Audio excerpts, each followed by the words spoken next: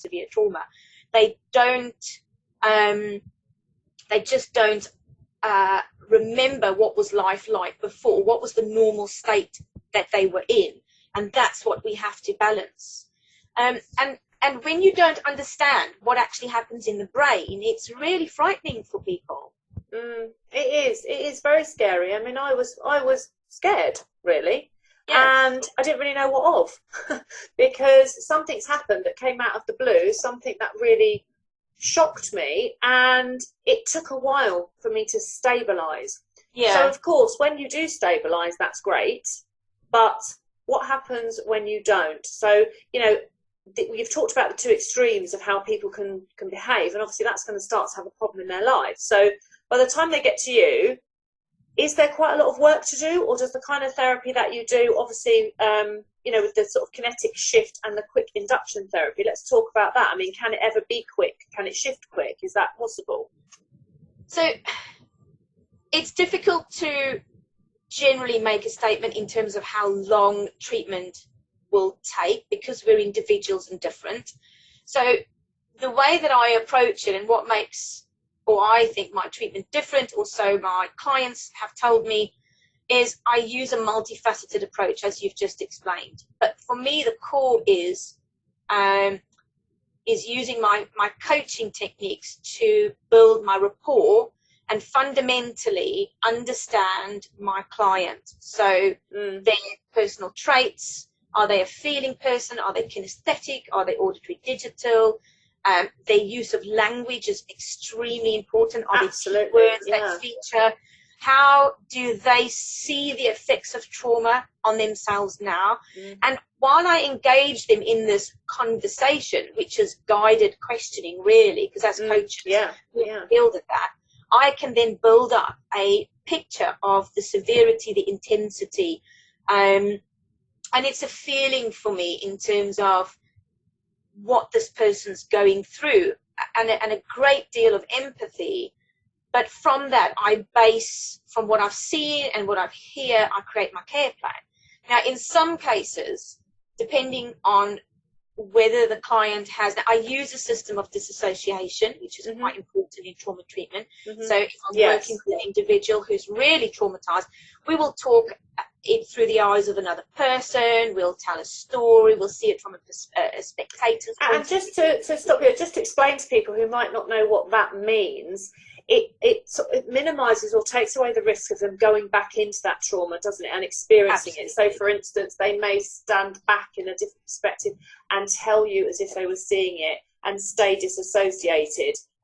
Because obviously there's a chance that if they're talking about it in the first person and they're recalling it, they could have flashbacks and actually experience something quite nasty during the session. So that's just to tell people what disassociated means, who perhaps have never heard of any of this kind of thing before.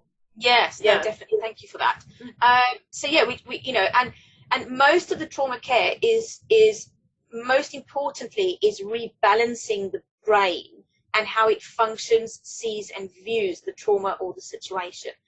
Now, to do that, you've really got to understand the three main parts of the brain that helps us to manage trauma, anxiety, stress, fears, etc. And when you understand those three areas, and I want to explain that because it's really important to understand and how you connect kinetic shifts, rewind, quick induction hypnotherapy, the techniques I use. So coming from the coaching foundation, I then implement these other techniques. But generally, when you suffer trauma, there are three areas of the brain that are notably affected. First of all, it's your prefrontal cortex, which is the front part of the brain. And that is the CEO of the brain. That's the brain. It's the part of the brain that helps us to make decisions, it's processing. And often when we suffer trauma, whether it be short-lived or long-lived, or whether it just be, for example, someone sees an accident, and what happens is you will experience shock, numbness, horror, panic. Your prefrontal cortex goes offline at that stage. And generally, it will then come back online when you are able to process it. So perhaps you've got to go and ring an ambulance, or you've got to help in some way. But in cases where trauma is severe, when your prefrontal cortex goes offline, that leaves the second function, which is the amygdala. And the amygdala is the part of the brain that helps us regulate our threat level. So that is our fight, flight, and freeze response. Really, really, really important to know and understand when you're treating trauma. Sure. And thirdly, your hippocampus. And your hippocampus is where it's the memory center of the brain. So when we suffer trauma, those three areas are affected hugely. And the three need to work together to process it. So, for example... And so you're saying they kind of, like, one might cut out with the shock of it all, and then maybe come back online, but maybe at the wrong time. They start to get a little bit out of sync. Yes, and then what happens is the trauma memory isn't filed away in the right place, so we don't process the trauma. And it becomes like a square peg in a round hole. Where does it go? So the trauma then becomes sort of more severe. They start to think about it more often. It starts to affect life because the brain can't process it. It doesn't know where to put it because at that point, it didn't process it. I understand. So what happens when people, I mean, we talk about this phrase when people might blank or block things out. So they might say sometime down the line, so say for instance, if it's a long time ago in a childhood trauma, it may be blocked out. And we understand what that means. It's like, I can't grab it, I can't think about it, I can't really give you anything on it because I've just blanked it out. What's happening there? And how do you get to that? That's a strategy, it's a coping strategy that the brain employs. Yeah. So it will put it in a place and not think about it again. However, it will resurface at some point, and it could resurface 20 years later. I work with a lot of individuals who have had trauma in childhood, and it's come out in their mid-30s or mid-40s, for example, and it's been triggered by the situation at work or something someone has said, and they then realise, I have like what happened then and what I've done subsequently has led to me behaving in a certain way. And often we develop quite poor behaviours from that kind of trauma. And I guess sometimes, like in lots of problems, that presenting problem might not actually seem related at the time. So, you start having difficulty in an area of your life or behaving in a certain way and you think, what's going on? And actually, it is related. So it's like when clients come to me and they say, well, I can't organise myself, or I can't do this, or I can't do that. It's not really that at all. So, once we've gone down, it's a whole other host of things, and then you can rebuild. And it's the same kind of thing, isn't it? So that's how it can cause problems that seem perhaps unrelated, because people don't really put all these pieces together, do they, Benita, themselves? No. And I'd like to give you an example, if I could, sure. of a client I work with. And this person came to see me because they had quite a lot of difficulties at work. And it was her team coming to her and saying, you don't trust me. I don't feel like you trust me. You micromanage me all the time. I'm having real difficulties with my confidence because of how you react as my boss. And it came from not just one or two, but pretty much most of the people she worked with. And she realized this was a major issue. Spoke to her husband about it, and he said, oh yes, no, absolutely, you don't trust anyone. She said, whatever do you mean? What do you trust? Well, you don't trust what the kids do, you don't trust what I do. And she realized that actually there was quite a big problem there. Yeah. And when she came to work with me, we had to go back quite a lot in her childhood. And through unpicking the right questioning, my intuition, I really do develop a sense for this. We discovered that there was a massive trauma that happened as an 11-year-old, where she was exposed to something, and it was led by a very close family member. And she, in fact, this all came out during a hypnotherapy session where we did a lot of inner child work, and she was able to release herself and go back into that childhood and go find where the problem was. For her, it was like it was a white light. It was something she could never process. And when we discovered it, she realized that actually at the point of when this trauma happened, and she had to go and do something with a family member, that she realized that she never ever trusted this person ever again, and was then really, really, as a child, she just wouldn't be alone with this person, and a significant family member, a close family member. And as an adult, when she grew up and had her own children, she often thought about, I'd never do that to my children. And that led to trust issues, massive trust issues. So we used a lot of kinetic shift, because kinetic shift focuses on emotions and feelings. And when you remove emotions and feelings that's connected to a trauma, an event, a situation, it only becomes an event. So for her, once we got rid of that emotional build-up and turmoil she felt, this trust issue, once it was gone, she felt like there was a weight off her shoulders. And she said her relationship at work has changed, with her colleagues, with her husband, with her children. She's very aware of it. She's working through it. And she says, I never understood the impact that had made until I came to see much you. Later. Yeah, much later on in her life as well. Well, very interesting. She was 11 when this happened, and she was 38 when she came to work with me. So that's a very long time.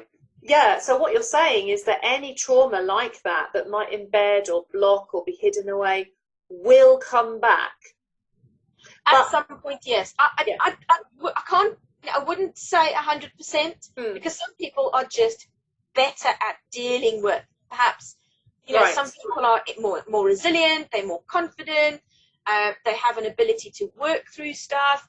They perhaps use self-care. They don't even know it. Some people are really good at self-care and know what their bodies need and feel. And other people aren't perhaps as aware of it. Perhaps they aren't as confident. Perhaps their confidence lies elsewhere. And it then comes back. I mean, it's interesting that the lady that I worked with her before that on a trauma. She had an accident with her horse.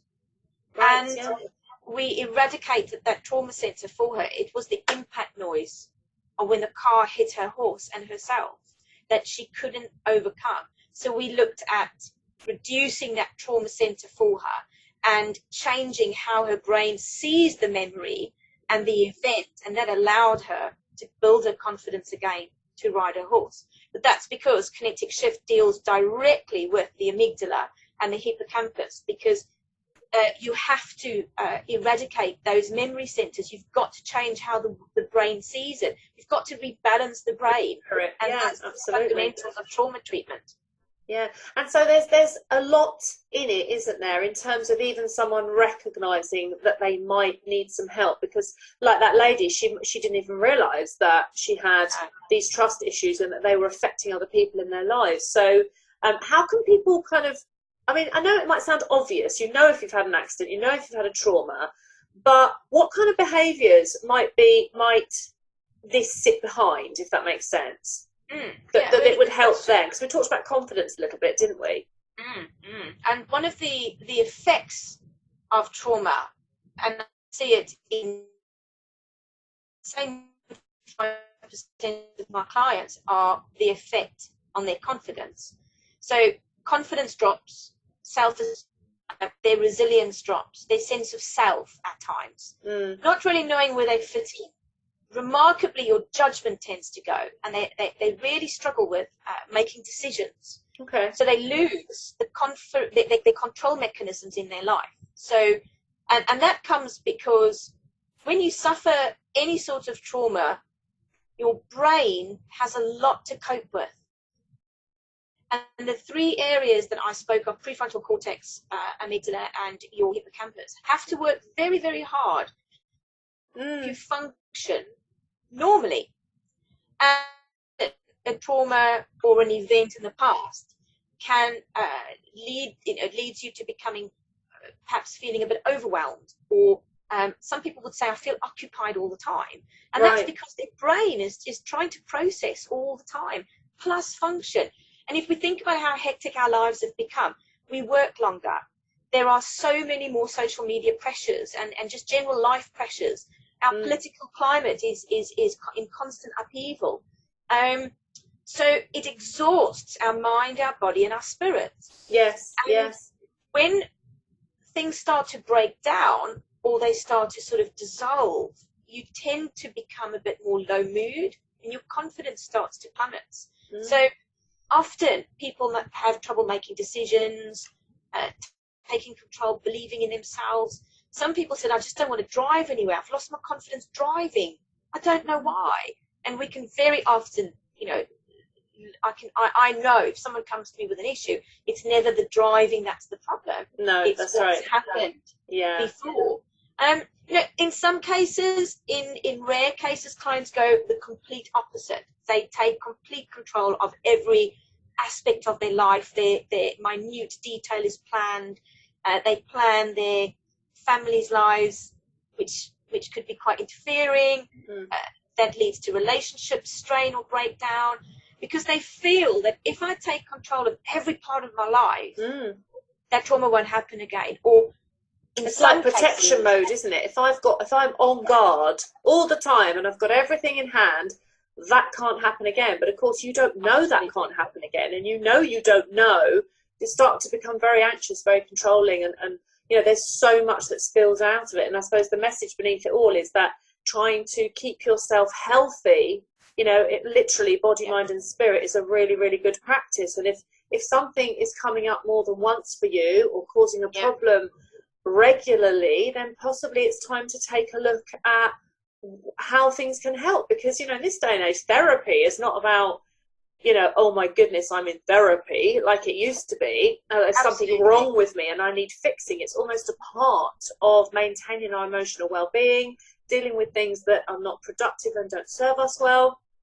And really, like the article says, you know, having the freedom from, I mean, fill in the blank, you know, trauma, stress, procrastination, all the things that we have, which are the high level problems, could come down to something which could be really shifted and solved, you know, whether it be large or small, whether you're aware or not. So it's just really to open people up to the conversation around therapy, really, as well as coaching, because what's really interesting is both you and I are NLP trained, and when you're using that in your coaching system and you are just literally listening to a client, they all think they're just telling you the story of what happened and all of that, but there's so much more that's going on, you know, from our seats, you know, with the language and the patterns of communication.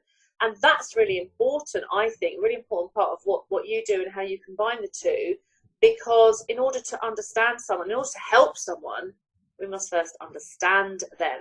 And I suppose there's a lot of models out there that will come, it's like, oh, we'll treat you with this, we'll treat you with that, we'll do this model, that model, and not one size fits all. So that's really, really powerful, that part of really understanding the client before. Because when you've got lots of tools in your kit, of course, you can use different types of things that will suit the client, whether it's coaching, therapy, mentoring, whatever it is. You don't just use the same thing all the time. That would be really cookie cutter, wouldn't it? Yeah, and a lot of my client base come from referrals generally, but people come to see me because they've tried or they've had care, and they've had what I call first stage care. And this is often NHS based. It's often one technique only because it's narrow. Yes. It's all, and the NHS provides an amazing service, and I have you know, I have therapists on the NHS that I know and work with, but it is all they can do is one thing. It's just so narrow, and they can't explore anything else because perhaps it's not even nice guidelines, or we don't have funding for that, or it's not being. It's difficult to serve everyone, isn't it, in that space like very that? difficult. Yeah. And you know, you've got one technique, and we're all individuals, and you can't label people. You can't say that's going to work for everyone. So, you know, and I know we've had conversations in terms of how I came to where I am now. You know, I started as a coach, and in my coaching, I discovered that a lot of my client base were just suffering from stuff in their past that I had no idea how to deal with. Yeah, that's so true. And how do I work on when they open up to me and say, well, you know, this happened to me, and I thought, I don't know how to get them over that. How do I treat that? And that's how I became so interested in, well, if that's what's holding you back, and it was 20 years ago, what's going on here to facilitate that? And that's how my journey came to where I am now. I can understand that, because clients present, in a coaching space with lots of different things which are attached to lots of different things. So it does take, you know, a trained eye and a skill set to separate it out and think, well, do I need to potentially refer this client to a different kind of therapy, or are they ready? Are they healthy minded enough for the coaching to be able to navigate that way forward? Because those blocks are often, well, in my experience, they're confidence blocks. And of course, that word confidence can translate as lots of other words and lots of other events as well. So you start unpicking so much, you know, big ball of wool, really. And that's why always linked to trauma. You know, confidence isn't always linked to a traumatic event. No, but it's most certainly linked to some sort of anxiety. It's quite low level, so you know it's fairly easy to help someone overcome that. And in particular, as a new business owner, you know, we've got so much to do. We've had a conversation about that. But yeah, it's a fascinating subject. But fundamentally, you know, if you have suffered a trauma and you aren't in a position to see someone, there's a lot of self-care that can take place. Research, there's hundreds of articles, so interesting in terms of people's points of view. So lots of self-care, self-hypnosis, using apps like Headspace, being active. I cannot stress how important it is to be active in some form. Mindful walking, getting out of the space and just detaching yourself from your phone, from music, being in the space.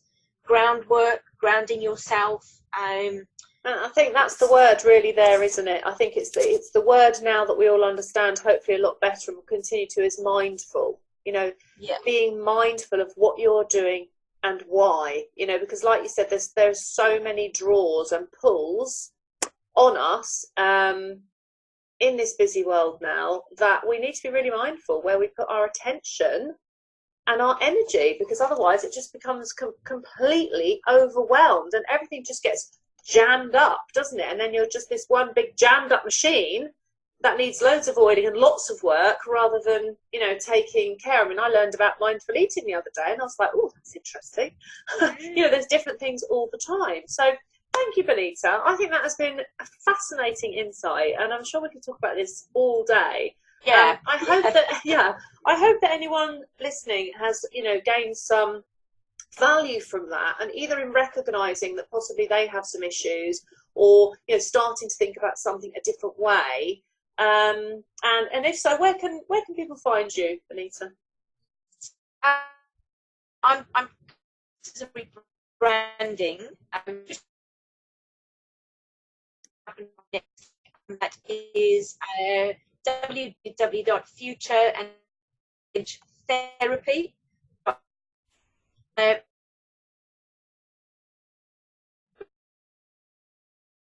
Okay, so they can find you. Yeah, it's not difficult to find people these days, is it? No, and if they Google my name, it comes up anyway, Benita Ackerman Dupree. Just find me on Google. I have a Facebook page. I like to share quite a lot on there. There's a massive focus on trauma, anxiety and stress. And my YouTube channel is coming imminently. Exciting, so, great. Well, we'll watch out for that. And I'm very exciting. I'm sure that we will see you again, and we will definitely be talking again. But thank you so much for your time today, and for giving us an insight into your world and what you do. So much, and thank you for the invitation. It was brilliant. Thanks, Benita. Bye bye now. Thank you. Bye. Bye.